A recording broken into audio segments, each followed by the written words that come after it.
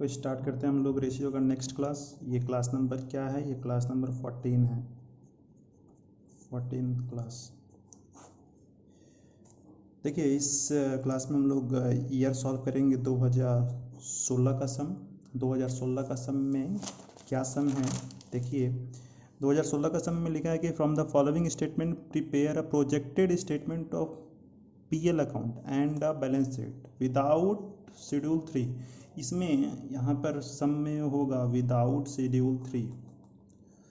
तो without schedule 3 हम लोग को बनाना है, मतलब इसमें हम लोग को नॉर्मल जैसे बनाते थे बैलेंस शीट वैसे बना सकते हैं, और पीएल अकाउंट अगर ज़रूरत पड़े तो हम लोग जैसे इनकम स्टेटमेंट बनाना सीखे हैं वैसे हम लोग पीएल अकाउंट भी इसमें शो कर सकते हैं।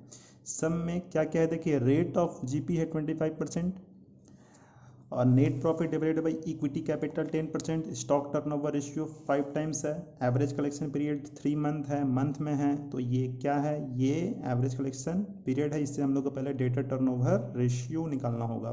फिर क्रेडिटर वेलोसिटी है 3 मंथ, और करेंट रेशियो है 2। फिर प्रोपराइटरी रेशियो मतलब fix asset to capital employed है 80%, कैपिटल गियरिंग रेशियो मतलब preference share and debenture to equity दिया हुआ है 3:7। आप लोग इस सम को अपने बुक से चेक कर लेना। फिर general reserve and PL account to issued capital है 25%। फिर प्रीफरेंस शेयर टू डिवेंचर 2 है। कॉस्ट ऑफ सेल में बोला है कि cost of sale consist of 40% for material, मतलब इसमें कॉस्ट ऑफ गुड्स सोल्ड जो भी हम लोग का आएगा उसमें मटेरियल का वैल्यू होगा 40%, और जो भी 60% वैल्यू बचेगा वो उसमें वेजेस और ओवरहेड होगा। फिर जीपी दिया हुआ है 6 लाख। अच्छा अगर जीपी दे दिया 6 लाख और शुरू में रेट ऑफ जीपी भी है तो यहाँ से हम लोग के पास सेल आ जाएगा, ठीक है।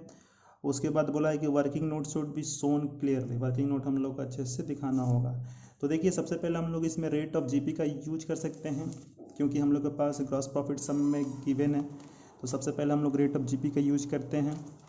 चलिए सॉल्व करते हैं इस सम को। तो इसमें सबसे पहले जीपी रेशियो दिया हुआ है। जीपी रेशियो इक्वल टू क्या होता है? जीपी बाई सेल इंटू 100, और जीपी रेशियो का वैल्यू क्या है? जीपी रेशियो दिया हुआ है 25%, तो 25% इक्वल टू जीपी। जीपी तो दे दिया 6 लाख, सेल नहीं पता है, यहाँ से इंटू 100 हट जाएगा क्योंकि यहाँ पर हम लोग परसेंटेज लिखे हैं। तो यहाँ पर से सेल आ जाएगा हम लोग के पास। सेल क्या आ जाएगा? 6 लाख डिवाइडेड बाई 25%, तो ये आ जाएगा सेल हम लोग के पास कितना? 6 लाख डिवाइडेड बाई 25%, ये आ जाएगा हम लोग के पास 24 लाख। तो सेल आ गया 24 लाख। अच्छा उसके बाद क्या दिया हुआ है सम में? उसके बाद दिया हुआ है सम में देखिए net profit to equity capital, दोनों में से तो कोई अभी हम लोग को पता है नहीं तो इसका यूज अभी हो नहीं सकता है। उसके बाद अच्छा एक चीज़ और, अगर हम लोग को सेल पता हो गया और जीपी हम लोग के सम में है तो यहाँ से कॉस्ट ऑफ गुड्स सोल्ड भी आ जाएगा। कॉस्ट ऑफ गुड्स सोल्ड क्या हो जाएगा? Sale minus GP. सेल दे दिया 24 लाख और जीपी दे दिया 6 लाख, तो कॉस्ट ऑफ गुड्स सोल्ड हो जाएगा 18 लाख, ठीक है। उसके बाद सब में देखिए दिया हुआ था स्टॉक टर्नओवर रेशियो 5 टाइम्स, और स्टॉक टर्नओवर रेशियो अगर दे दिया तो एवरेज स्टॉक हम लोग के पास आ जाएगा। देखो अब दिया हुआ है सम में हम लोग को stock turnover ratio. Stock turnover ratio equal to क्या होता है? Cost of goods sold divided by average stock. Stock turnover ratio कितना टाइम्स था? ये था आपका के पास 5 टाइम्स, तो ये हो गया 5। कॉस्ट ऑफ गुड्स सोल्ड हम लोग के पास आ गया है 18 लाख, और डिवाइडेड बाई एवरेज स्टॉक। तो जब क्रॉस मल्टीप्लिकेशन करेंगे तो ये क्या हो जाएगा? Average stock equal to 18 lakh divided by 5, 18 lakh divided by 5, ये क्या हो जाएगा? ये हो जाएगा 3,60,000, ठीक है। ये हो जाएगा 3,60,000। उसके बाद देखो दिया हुआ है एवरेज कलेक्शन पीरियड, तो इसको भी हम लोग सॉल्व कर सकते हैं। हम लोग के पास दिया हुआ है एवरेज कलेक्शन पीरियड, तो एवरेज कलेक्शन पीरियड हम लोग के पास कितना है? एवरेज कलेक्शन पीरियड दिया हुआ है हम लोग के पास 3 मंथ, और इसका फॉर्मूला क्या होता है? अगर मंथ में है तो 12 month divided by debtor turnover ratio. तो ये एवरेज कलेक्शन पीरियड है 3 मंथ इक्वल टू क्या हो जाएगा 12 month divided by debtor turnover ratio. तो ये 3 से 12 कट जाएगा 4 बार में, यानी कि debtor turnover ratio equal to क्या हो जाएगा 4, और debtor turnover ratio equal to क्या होता है credit sale divided by trade receivable. यहाँ पर ट्रेड रिसेबल में डेटर और बिल्स रिसेबल में से कुछ भी हम लोग पकड़ सकते हैं, हम लोग ट्रेड रिसेबल ही इसको रहने देते हैं 4। और क्रेडिट सेल यहाँ पर तो हम लोग को पता नहीं है, तो हम लोग एज्यूम करते हैं कि टोटल सेल ही हम लोग का क्रेडिट सेल है, यानी कि 24 lakh divided by trade receivable equal to 4। तो यहाँ से जब ये 4 को 24 को हम लोग कैंसिल कर सकते हैं 6 टाइम्स में, तो ट्रेड रिसीवेबल का वैल्यू क्या हो जाएगा 6 लाख। आप इसको डेटर भी बोल सकते हो या फिर बिल्स रिसीवेबल भी बोल सकते हो, ठीक है। तो ट्रेड रिसीवेबल सॉल्व हो गया हम लोग के पास। उसके बाद सम में देखो क्रेडिटर वेलोसिटी था, और क्रेडिटर वेलोसिटी के लिए हम लोग को परचेज चाहिए, और हम लोग परचेज अब निकाल सकते हैं क्योंकि हम लोग के पास देखो जब एवरेज स्टॉक पता हो गया तो हम लोग ये एज्यूम कर सकते हैं कि हम लोग का ओपनिंग और क्लोजिंग दोनों सेम था। तो हम लोग के पास और एक चीज़, अगर हम लोग के पास कॉस्ट ऑफ गुड्स सोल्ड पता है तो हम लोग डायरेक्ट परचेज भी निकाल सकते हैं, जो कि आप लोग को लास्ट क्लास में एक फार्मूला बताए थे कि cost of goods sold equal to क्या होता है। देखिए यहाँ पर cost of goods sold equal to क्या लिख सकते हैं हम लोग opening stock plus purchase minus. अच्छा एक चीज़ और यहाँ पर सम में बोल दिया था, देखो हम लोग को पता है कि cost of goods sold equal to क्या होता है opening stock plus purchase minus closing stock, but इस सम में हम लोग को लास्ट में बोल चुका है। देखिए क्या बोला था कि cost of goods sold consist of 40% for material. तो हम लोग मटेरियल यहाँ से पहले निकाल सकते हैं। मटेरियल का वैल्यू क्या है, बोला था कि कॉस्ट ऑफ गुड्स सोल्ड जो भी है उसका 40%, यानी कॉस्ट ऑफ गुड्स सोल्ड है 18 लाख और उसका 40% अगर हम लोग निकाल दे तो ये हो जाएगा 7,20,000। मतलब मटेरियल का वैल्यू क्या हो जाएगा 7,20,000। और बोला था कि जो भी बच गया वो वेजेस और ओवरहेड होगा, तो वेजेस एंड ओवरहेड का वैल्यू क्या हो जाएगा ये 18 लाख में से अगर 7,20,000 को लेस कर दे, या फिर डायरेक्ट आप लोग कर सकते हो 18 लाख का 60%, तो ये लेस कर देंगे तो ये आएगा हम लोग के पास 10,80,000। तो देखिए हम लोग को पता चल गया कि मटेरियल का वैल्यू क्या था 7,20,000 और वेजेस और ओवरहेड का वैल्यू क्या था 18 लाख। अच्छा एक चीज़ बताइए अब हमको कि क्रेडिटर हम लोग किसको बोलते हैं, जो कि हम लोग सामान खरीद कर लेकर आते हैं क्रेडिट परचेज में, और सामान कौन सा खरीदेंगे हम लोग वेजेस खरीदते हैं क्या, नहीं खरीदते हैं ना, वेजेस तो हम लोग पेड करते हैं लेबर को।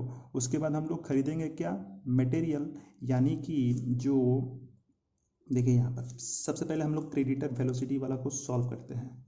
देखिए क्रेडिटर वेलोसिटी सम में कितना था, अच्छा ये क्रेडिटर वेलोसिटी था सम में आपके पास 3 मंथ, और क्रेडिटर वेलोसिटी का फॉर्मूला क्या होता है मंथ में है तो 12 month divided by creditor turnover ratio, और ये अगर 3 मंथ है तो हम लोग इसको लिखते हैं 3 मंथ, ये 12 month divided by creditor turnover ratio. तो 3 से 12 कैंसिल हो जाएगा, यानी कि creditor turnover ratio equal to क्या हो जाएगा 4। और इस क्रेडिटर टर्नओवर रेशियो का मतलब क्या होता है credit purchase divided by average trade payable. यहाँ पर हम लोग सिर्फ ट्रेड पेबल भी ले सकते हैं क्योंकि एवरेज तो यहाँ पर आ सकता है नहीं। अच्छा जो क्रेडिट परचेज आएगा वो क्रेडिट परचेज किसका रहता है मटेरियल का रहता है, मटेरियल को ही हम लोग खरीदते हैं, यानी कि मटेरियल को खरीदे हैं कितना में 7,20,000 में, यानी कि क्रेडिट परचेज के प्लेस पर क्या लेंगे हम लोग सिर्फ मटेरियल लेंगे, ठीक है। देखिए यहाँ पर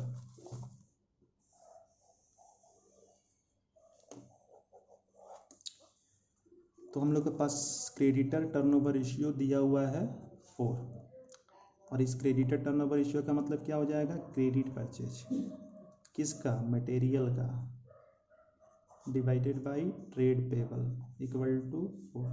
तो इस मटेरियल का वैल्यू आ गया 7,20,000 divided by trade payable equal to 4। अब ये 4 से हम लोग 7,20,000 को अगर कैंसिल कर दे तो ट्रेड पेबल इक्वल टू क्या हो जाएगा 1,00,000 1,80,000। तो यहाँ से हम लोग का ट्रेड पेबल का भी वैल्यू आ गया 1,80,000। अच्छा, इसके बाद सब में देखिए क्या दिया हुआ है। इसके बाद सब में दिया हुआ है प्रोपराइटरी रेशियो, नहीं करेंट रेशियो है। करेंट रेशियो कितना है 2। अभी देखो हम लोग करेंट रेशियो का तो यूज कर सकते हैं नहीं, क्योंकि हम लोग को ना ही करेंट एसेट पता है और ना ही करेंट लायबिलिटी पता है। अच्छा, इसके बाद सब में है fix asset to capital employed. अच्छा देखो, fix asset to capital employed के लिए हम लोग एब्स्ट्रैक्ट बैलेंस शीट बनाते थे, और यहाँ पर एब्स्ट्रैक्ट बैलेंस शीट बनाने के लिए हम लोग को करंट एसेट और करंट लायबिलिटी का ज़रूरत पड़ेगा, और वो तो अभी हम लोग के पास है नहीं अलग से। तो हम लोग एक चीज़ एज्यूम कर सकते हैं, देखो करेंट रेशियो इक्वल टू 2 है ना। सबसे पहले हम लोग यहाँ पर करेंट रेशियो इक्वल टू 2 लिखते हैं। देखो सम में लिखा हुआ है करेंट रेशियो इक्वल टू 2, और करेंट रेशियो का मतलब क्या होता है, current asset divided by current liability. मतलब current asset divided by current liability का वैल्यू क्या है 2 है। ठीक है, current asset divided by current liability का वैल्यू 2। देखिए यहाँ पर करेंट एसेट अभी तक हम लोग के पास क्या क्या है आया, सम में जाकर चेक कीजिए। देखिए अभी हम लोग सम में सबसे पहले चेक किए थे जीपी, तो जीपी में तो कोई भी करंट एसेट था नहीं। फिर चेक किए थे स्टॉक टर्नओवर रेशियो, इसमें हम लोग का एवरेज स्टॉक आया था ना, और इसी को हम लोग मान लिए थे कि ओपनिंग और क्लोजिंग दोनों सेम है, यानी कि एवरेज स्टॉक क्या था 3,60,000, मतलब क्लोजिंग स्टॉक भी 3,60,000। तो स्टॉक इक्वल टू क्या क्या है, stock current asset equal to stock, और क्या क्या आता है करेंट एसेट में, देखो ट्रेड रिसीवेबल भी आता है, तो ट्रेड रिसीवेबल हो जाएगा। उसके बाद सम में आया था मटेरियल वेजेस ओवरहेड, ये तो सब करेंट एसेट का पार्ट है नहीं। उसके बाद आया था क्रेडिटर मतलब ट्रेड पेबल, ये तो करेंट लायबिलिटी का पार्ट है। तो हम लोग का करेंट एसेट में क्या क्या पकड़ सकते हैं हम लोग, stock plus trade receivable. Stock का वैल्यू क्या है 3,60,000 है, और ट्रेड रिसीवेबल का वैल्यू क्या है, ट्रेड रिसीवेबल का वैल्यू है 6 लाख। तो हम लोग अब एज्यूम कर सकते हैं कि हम लोग के पास टोटल करेंट एसेट क्या है 9,60,000। अच्छा, अगर हम लोग को टोटल करेंट एसेट पता चल गया तो यहाँ से करेंट लायबिलिटी का भी वैल्यू पता चल जाएगा। देखो हम लोग के पास C A divided by C L equal to क्या है 2, C A divided by C L equal to 2 है, तो सी ए का तो वैल्यू हम लोग को पता चल गया 9,60,000। तो 9,60,000 divided by C L equal to 2, और ये 2 से इसको कैंसिल हम लोग कर देंगे। क्रॉस मल्टीप्लिकेशन करने के बाद हम लोग के बचेगा करेंट लायबिलिटी इक्वल टू 4,80,000।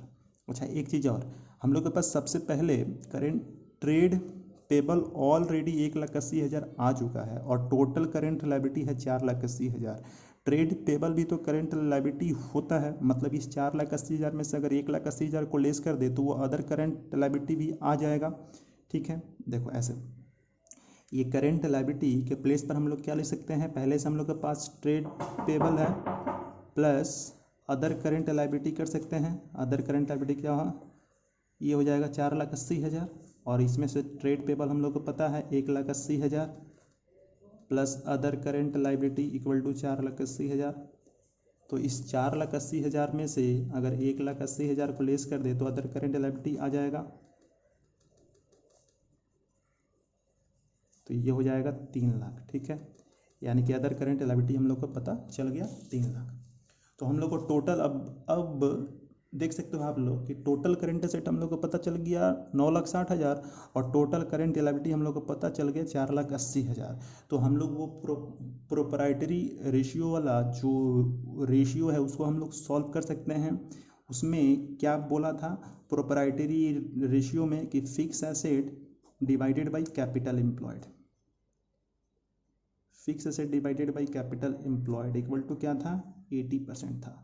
अच्छा, इसको हम लोग ऐसे भी सॉल्व कर सकते हैं। देखो फिक्स एसेट तो हम लोग को पता है नहीं, छोड़ देते हैं। ठीक है, कैपिटल एम्प्लॉयड अगर हम लोग एसेट साइड से जाए तो आप लोग को हम एक फार्मूला लिखाए थे कि कैपिटल एम्प्लॉयड दो साइड से हम लोग कैलकुलेट कर सकते हैं, एक बाय लायबिलिटी साइड अप्रोच और एक बाय एसेट साइड।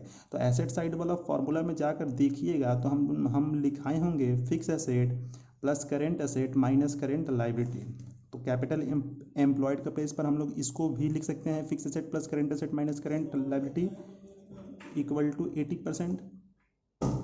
तो फिक्स एसेट तो पता है नहीं, तो फिक्स एसेट को फिक्स एसेट लिखते हैं, यहाँ भी फिक्स एसेट है। करेंट एसेट देखो हम लोग को पता है 9,60,000, और करेंट लायबिलिटी भी पता है 4,80,000 इक्वल टू 80%। तो अगर इसको हम लोग सॉल्व करें तो fix asset divided by fix asset, और 9,60,000 में से 4,80,000 को लेस करेंगे तो 480 ही बचेगा। तो 4,80,000 इक्वल टू 80%। तो अगर इसको हम लोग क्रॉस मल्टीप्लिकेशन करें तो देखो फिक्स एसेट का इंटू 1 से, तो फिक्स एसेट इक्वल टू क्या हो जाएगा 80% फिक्स एसेट, और 4,80,000 का 80% निकाले तो क्या हो जाएगा 4,80,000 का निकाले ये हो जाएगा 3,84,000। तो fix asset minus 80% of fix asset equal to क्या हो जाएगा 3,84,000। तो ये हो जाएगा 20% फिक्स एसेट इक्वल टू 3,84,000। ये जब कुछ है नहीं तो इसको हम लोग 100% एज्यूम कर लेंगे। तो यहाँ से अगर हम लोग फिक्स एसेट का वैल्यू निकाले तो हम लोग के पास हो जाएगा 3,84,000 डिवाइडेड बाई 20%, मतलब ये आएगा 19,20,000। तो यहाँ से फिक्स एसेट का वैल्यू पता चल गया 19,20,000। ठीक है।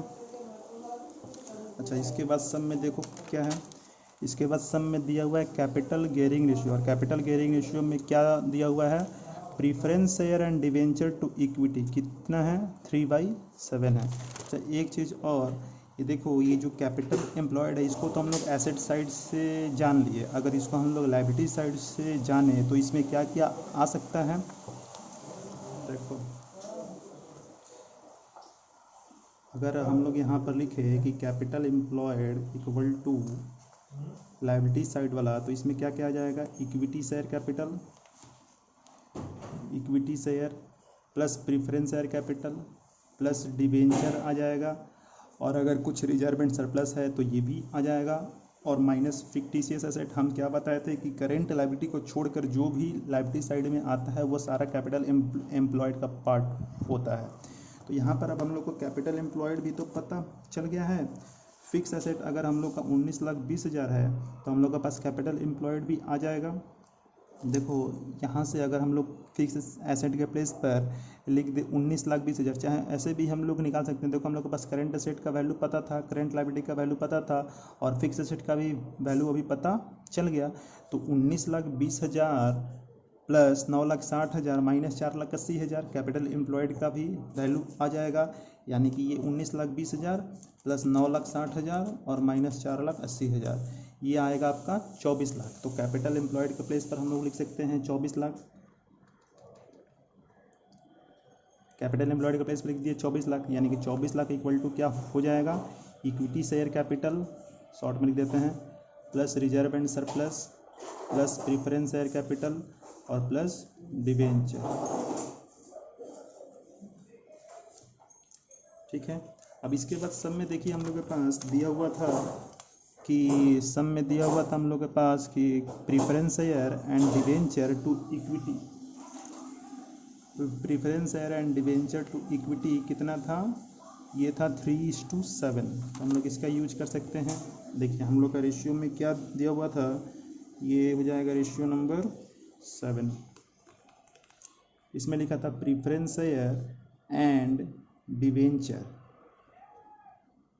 Divided by equity equal to कितना हो जाएगा 3/7। देखो तो हम लोग यहाँ पर क्या लिख सकते हैं 3 इक्विटी क्रॉस मल्टीप्लिकेशन अगर करेंगे तो 3 equity share capital equal to क्या हो जाएगा 7 प्रीफरेंस शेयर कैपिटल, और ऐसे लिख सकते हैं इसको हम लोग 7 preference share capital and debenture. ठीक है। अच्छा, इसमें तो अभी हम लोग को अलग से कुछ इक्विटी शेयर कैपिटल भी है पता नहीं, और प्रीफरेंस शेयर कैपिटल डिवेंचर भी कुछ पता है नहीं, तो इसको हम लोग इतना कर कर अभी छोड़ देते हैं। नेक्स्ट रेशियो क्या है देखिए हम लोग के पास, नेक्स्ट रेशियो दिया हुआ है general reserve and PL account to issued capital. इस जनरल रिजर्व एंड पीएल को हम लोग सिर्फ लिख सकते हैं, क्या लिख सकते हैं रिजर्व एंड सरप्लस, क्योंकि ये दोनों पार्ट रिजर्व एंड सरप्लस में आता है, जनरल रिजर्व और पीएल अकाउंट। तो इसको हम लोग अगर कॉम्बाइन लिखेंगे तो क्या लिख सकते हैं रिजर्व एंड सरप्लस। तो reserve and surplus to issued capital मतलब इक्विटी शेयर कैपिटल क्या है 25% है। तो यहाँ पर नेक्स्ट रेशियो हम लोग के पास है रिजर्व एंड सरप्लस, और रिजर्व एंड सरप्लस में क्या क्या है general reserve and PL account. Reserve and surplus divided by equity share capital equal to क्या है 25%। तो अगर हम लोग इसको ऐसे लिखे तो क्या हो जाएगा, देखो यहाँ पर ये हो जाएगा रिजर्व एंड सरप्लस यानी कि general reserve and PL account equal to क्या हो जाएगा 25% इक्विटी शेयर कैपिटल। ठीक है, अभी भी देखो हम लोग को दोनों चीज़ पता है नहीं, तो अभी भी इसको हम लोग छोड़ देते हैं। उसके बाद हम लोग के पास नेक्स्ट रेशियो क्या है, हम लोग के पास नेक्स्ट रेशियो है दिया हुआ है preference share to debenture. Preference share to debenture क्या दिया हुआ है 2 दिया हुआ है। देखो preference share capital to debenture ये दिया हुआ है 2। तो अगर इसको हम लोग सॉल्व करें तो preference share capital equal to क्या हो जाएगा 2 डिवेंचर। ठीक है, अच्छा अब देखो इसी आइटम से हम लोग इसको चारों को सॉल्व करना है। तो हम लोग अगर यहाँ से हम लोग को सबको एक रूप में चेंज करना होगा। अगर हम लोग इक्विटी शेयर कैपिटल यहाँ पर 24 lakh minus reserve and surplus minus preference share capital minus debenture कर सकते हैं।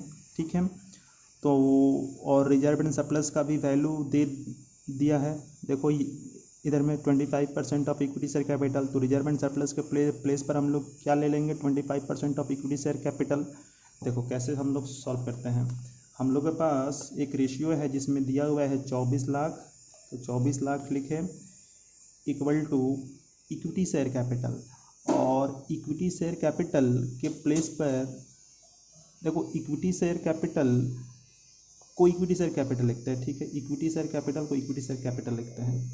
Reserve and surplus equal to क्या निकला था, reserve and surplus equal to निकला था 25% ऑफ इक्विटी शेयर कैपिटल, तो इसको लिखते हैं 25% ऑफ इक्विटी शेयर कैपिटल। ठीक है, और यहाँ पर देखो पीएससी प्लस डिवेंचर यानी कि ये वाला value PSC plus debenture equal to यहाँ पर क्या लिख सकते हैं 3/7। ये जो 7 है इस साइड आ जाएगा, मतलब preference share capital and debenture equal to क्या आ जाएगा 3/7 इक्विटी शेयर कैपिटल। तो यहाँ पर क्या लिख सकते हैं उन दोनों के प्लेस पर 3/7 इक्विटी शेयर कैपिटल। ठीक है, अब देखो ये हो जाएगा 24 लाख इक्वल टू यहाँ पर कुछ नहीं है मतलब 1 है, तो ये 1 इक्विटी शेयर कैपिटल। अच्छा इसको अगर ये हम लोग का फ्रैक्शन में है तो इसको भी हम लोग अगर फ्रैक्शन में लेकर आए तो हम लोग क्या ले सकते हैं 25/100, और 25/100 का मतलब क्या हो जाएगा 1/4 equity share capital plus 3/7 equity share capital. ठीक है, तो ये हो जाएगा 24 लाख। तो इसका अगर हम लोग सॉल्व करेंगे मतलब कैसे, इसका एलसीएम ले लो। एलसीएम क्या हो जाएगा 7 और 4 का एलसीएम हो जाएगा 28, तो ये हो जाएगा 28 इक्विटी शेयर कैपिटल, ये हो जाएगा 7 इक्विटी शेयर कैपिटल, और ये देखो ये 4 से कट जाएगा यानी कि ये 4 × 3 12 इक्विटी शेयर कैपिटल। तो क्या हो जाएगा ये देखो 24 लाख इक्वल टू 28 और 12 क्या होगा 28 12 40 और 7 47 यानी कि 47 equity share capital divided by 28। तो जब इसका क्रॉस मल्टीप्लिकेशन होगा तो क्या हो जाएगा 24 lakh into 28, 24 lakh into 28 divided by 47 equal to क्या हो जाएगा इक्विटी शेयर कैपिटल। तो इक्विटी शेयर कैपिटल का वैल्यू क्या हो जाएगा, देखो सॉल्व करते हैं हम लोग 24 लाख इंटू 28 डिवाइडेड बाई 47, तो ये आएगा आप लोग के पास 14,29,787। अच्छा इस सम में देखो हम लोग को एक मिस्टेक हो चुका है। इस सम में जो हम लोग ये फार्मूला लिखे थे preference share capital and debenture divided by equity था ना, तो इक्विटी का मतलब हम लोग सिर्फ पकड़ चुके हैं इक्विटी शेयर कैपिटल। ये इक्विटी का मतलब क्या होता है, equity share capital plus reserve and surplus minus fictitious asset होता है। फिक्टिशियस एसेट तो कुछ है नहीं, तो हम लोग सिर्फ equity share capital plus reserve and surplus पकड़ लेते हैं। तो ये क्या हो जाएगा 3 equity share capital plus reserve and surplus, 3 equity share capital plus reserve and surplus equal to 7 preference share capital, और ये एंड के प्लेस पर आप लोग प्लस भी लिख सकते हो। ठीक है, तो preference share capital plus debenture हो गया, और उसके बाद हम लोग का रिजर्व एंड सरप्लस का वैल्यू पता हो चुका है 25% ऑफ इक्विटी शेयर कैपिटल। तो देखो यहाँ पर अगर इसको हम लोग सॉल्व करें तो हम लोग क्या लिख सकते हैं, यहाँ पर 3 को 3 लिखते हैं इक्विटी शेयर को इक्विटी शेयर कैपिटल लिखते हैं, और reserve and surplus equal to क्या आ गया है 25% ऑफ इक्विटी शेयर कैपिटल। तो 25% of equity share capital equal to क्या हो जाएगा 7 प्रेफरेंस शेयर कैपिटल और प्लस डिवेंचर। ठीक है, अब देखो अगर इसको अच्छे से हम लोग सॉल्व करें तो ये क्या हो जाएगा, यहाँ पर 100% है, मतलब 100 और 25 क्या हो जाएगा 125, और 3 से उसका जब इंटू होगा तो 3 का 125% क्या हो जाएगा, 3 का 125% हो जाएगा 3.75। देखो हम लोग इसको स्टेप बाय स्टेप सॉल्व करते हैं। 3 को 3 लिखे, अब ये EAC मतलब 100%, क्योंकि ये परसेंटेज में है इसलिए इसको हम लोग 100% पकड़ना पड़ा। तो 100% प्लस 125% क्या हो जाएगा, ये 125% equity share capital equal to क्या हो जाएगा 7 preference share capital plus debenture. तो यहाँ पर देखो अब ये 3 इंटू 125%, ये 3 से इंटू करोगे 125% का, सिर्फ 125 का नहीं परसेंट का, तो ये आएगा 3.75, यानी कि 3.75 equity share capital equal to क्या हो जाएगा 7 preference share capital plus debenture. तो जब ये 3.75 और ये जब 7 डिवाइडेड बाई 7 होगा तो क्या हो जाएगा 3.75 divided by 7 equity share capital equal to preference share capital plus debenture. तो 3.75 डिवाइडेड बाई 7, ये इसको हम लोग ऐसे ही अभी छोड़ देते हैं, क्योंकि ये अगर इसको डिवाइड करेंगे तो हम लोग का काफ़ी फ्रैक्शन में आएगा। तो ये क्या हो गया preference share capital plus debenture का वैल्यू क्या हो जाएगा 3.75 divided by 7 equity share capital.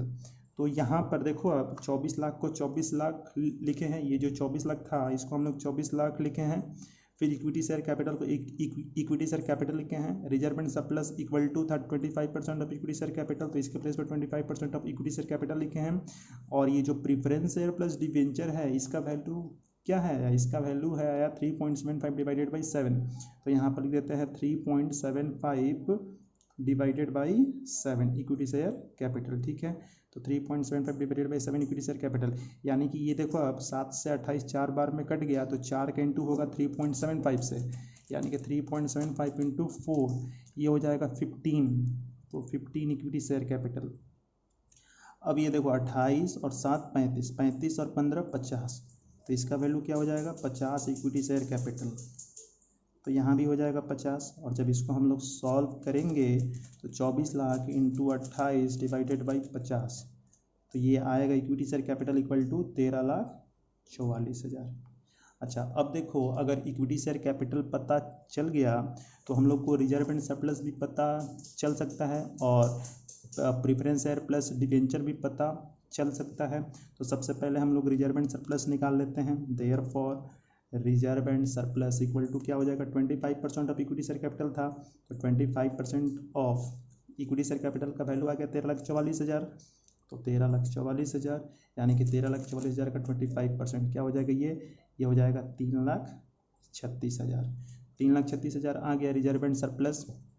अच्छा, उसके बाद अब प्रीफरेंस शेयर प्लस डिवेंचर निकाल सकते हैं। प्रीफरेंस शेयर प्लस डिवेंचर क्या हो जाएगा, ये हो जाएगा 3.75 divided by 7 into equity share capital मतलब 13,44,000। तो जब इसको हम लोग सॉल्व करेंगे तो ये होगा 3.75 इंटू 13,44,000 डिवाइडेड बाई 7, ये आएगा आपके पास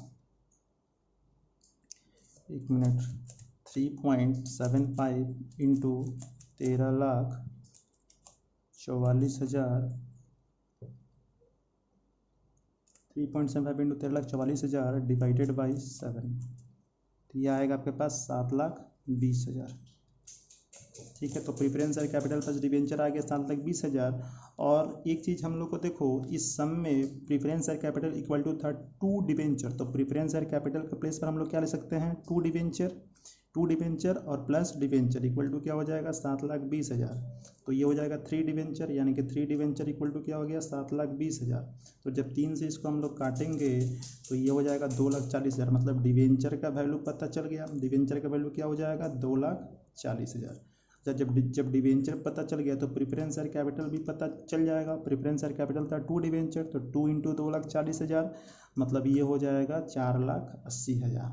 देखो ये काफ़ी क्रिटिकल सम था, इसको आप लोग को ये फिर से समझना होगा, आप लोग एक बार इसको वीडियो को फिर से अच्छे से देख लेना। हम लोग कैसे कैसे ये चारों आइटम को है निकाले, equity share capital, reserve and surplus, preference share capital और डिबेंचर को। तो इसमें सब कुछ आ गया अलग अलग। देखो इक्विटी शेयर कैपिटल आ गया 13,44,000, रिजर्व एंड सरप्लस मतलब क्या क्या है इसमें, जनरल रिजर्व और पीएल अकाउंट दोनों पार्ट है, 3,36,000। प्रेफरेंस शेयर आ गया 4,80,000 और डिबेंचर आ गया 2,40,000। जब ये चारों को ऐड करोगे तो आपके पास फिर से कैपिटल एम्प्लॉयड 24 लाख आ जाएगा। ठीक है। अच्छा, इसके बाद सम में क्या था, देखो सम में इसके बाद आपको बोला था क्या बनाने के लिए, projected statement of profit and loss account और बैलेंस शीट। तो इसको बोला था विदाउट शेड्यूल 3 भी आप बना सकते हो। अब विदाउट शेड्यूल 3 हम लोग बनाए तो नॉर्मल सा एक इनकम स्टेटमेंट बना देना पीएल अकाउंट के लिए। तो देखो इनकम स्टेटमेंट सबसे पहले क्या लिखेंगे, सेल आपके पास कितना आया था, ये आया था आपके पास 24 लाख। तो सेल हो जाएगा 24 lakh less cost of goods sold. Cost of goods sold में आपके पास क्या क्या है, मटेरियल था कितना 7,20,000 और दूसरा था wages and overhead. Wages and overhead कितना हो जाएगा, वेजेस एंड ओवरहेड है आपके पास 10,80,000। तो इसको अगर हम लोग लेस कर दे तो ये हम लोग का क्या आता है, ये आता है ग्रॉस प्रॉफिट। तो 24 लाख में से अगर 18 लाख लेस हो गया तो ग्रॉस प्रॉफिट क्या हो गया 6 लाख। और यहाँ से लेस कर देते हैं क्या, ग्रॉस प्रॉफिट से इनडायरेक्ट एक्सपेंसेस। तो क्या आता है नेट प्रॉफिट। अच्छा, इस सब में नेट प्रॉफिट के बारे में कुछ है क्या बोला, देखो तो journal reserve and profit and loss account 25% हो गया, कैपिटल गियरिंग रेशियो हो गया, रेट ऑफ। अच्छा, ऊपर में एक सम था, देखो रेशियो अभी छूटा हुआ है, इसमें लिखा है net profit divided by equity capital, क्या था 10% था। इसका मतलब अगर इसमें हम लोग कर दे इसको तो देखो नेट प्रॉफिट मतलब NP divided by equity share capital है, मतलब ईएसी डिवाइडेड बाय 10% है। और नेट प्रॉफिट तो पता नहीं है, ईएसी तो हम लोग पता है 13,44,000 इक्वल टू 10%। यानी कि यहाँ से नेट प्रॉफिट अगर क्रॉस मल्टीप्लिकेशन करें तो क्या हो जाएगा 1,34,400। तो नेट प्रॉफिट का वैल्यू आ गया 1,34,400। और नेट प्रॉफिट का मतलब क्या होता है, प्रॉफिट एंड लॉस अकाउंट। तो अगर प्रॉफिट एंड लॉस अकाउंट पता चलेगा 1,34,400, तो ये जो रिजर्व एंड सरप्लस था इसमें क्या क्या था, प्रॉफिट एंड लॉस अकाउंट और जनरल रिजर्व दोनों था। तो इसमें से जनरल रिजर्व का वैल्यू हम लोग को आ जाएगा।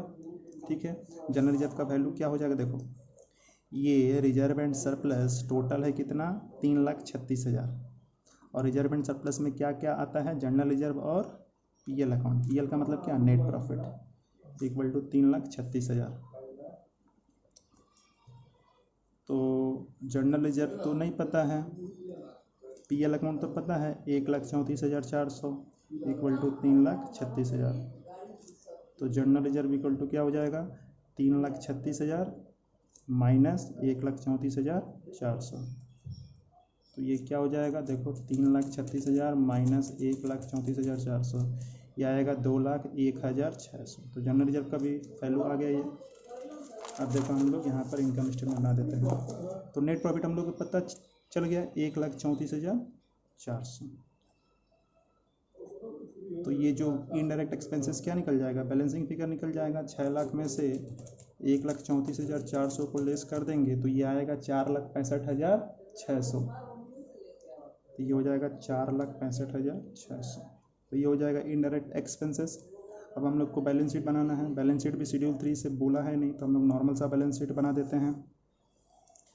इधर एसेट इधर लाइबिलिटी। देखो लाइबिलिटी साइड में क्या क्या है, हम लोग को लाइबिलिटी साइड में इक्विटी शेयर कैपिटल पता है। इक्विटी शेयर कैपिटल कितना पता है हम लोग को, इक्विटी शेयर कैपिटल पता है 13,44,000। प्रीफरेंस शेयर कैपिटल पता है, प्रीफरेंस शेयर कैपिटल था 4,80,000। इसके बाद रिजर्व एंड सरप्लस आता है, और रिजर्व एंड सरप्लस में दोनों चीज़ है, एक है पीएल अकाउंट मतलब नेट प्रॉफिट। नेट प्रॉफिट क्या था, 1,34,400, और जो भी बचा क्या हो जाएगा जनरल रिजर्व, ये भी हम लोग निकाल चुके थे 2,01,600। ठीक है। उसके बाद आप लोग के सम में था डिवेंचर। डिवेंचर निकाल चुके थे हम लोग 2,40,000। 2,40,000 डिवेंचर निकाल चुके थे, और जो बचा उसको हम लोग क्या बोलते हैं, करेंट लायबिलिटी। करेंट लायबिलिटी में ट्रेड पेबल आ चुका था 1,80,000, और टोटल करेंट लायबिलिटी था 4,80,000, मतलब जो भी बचा वो other current liability. Other current liability क्या हो जाएगा, 3 लाख। तो ये था हम लोग का लायबिलिटी साइड में। और एसेट साइड में क्या क्या है देखो, एसेट साइड में सबसे पहले आया था हम लोग का फिक्स एसेट। फिक्स एसेट का वैल्यू क्या था, 19,20,000। फिक्स एसेट का वैल्यू था 19,20,000। और करेंट एसेट इसके बाद आया था। करेंट एसेट में क्या क्या है, स्टॉक है। स्टॉक का वैल्यू क्या था, स्टॉक का वैल्यू था 3,60,000। टोटल करेंट एसेट 9,60,000 था ना, तो इसमें से स्टॉक का वैल्यू 3,60,000 था, और ट्रेड रिसीवेबल का वैल्यू था 6 लाख। तो जब इसको हम लोग टोटल करेंगे तो कितना आएगा, इधर 19,20,000 और प्लस 9,60,000, 19,20,000 प्लस 9,60,000, ये आएगा 28,80,000। इस साइड ये मैच होना चाहिए, 28,80,000। चेक कर लो, ये है 13,44,000 प्लस 4,80,000, 1,34,400, 2,01,600, 2,40,000 और 4,80,000। 1,80,000 और 3 लाख, ये हो गया मैच 28,80,000। ठीक है। तो ऐसे आप लोग को बनाना होगा। ये बहुत क्रिटिकल सम था, इसको आप लोग 2-3 बार कम से कम बनाना, तभी ये बनेगा। ठीक है। वीडियो पॉज कर आप लोग सॉल्व करना अच्छे से।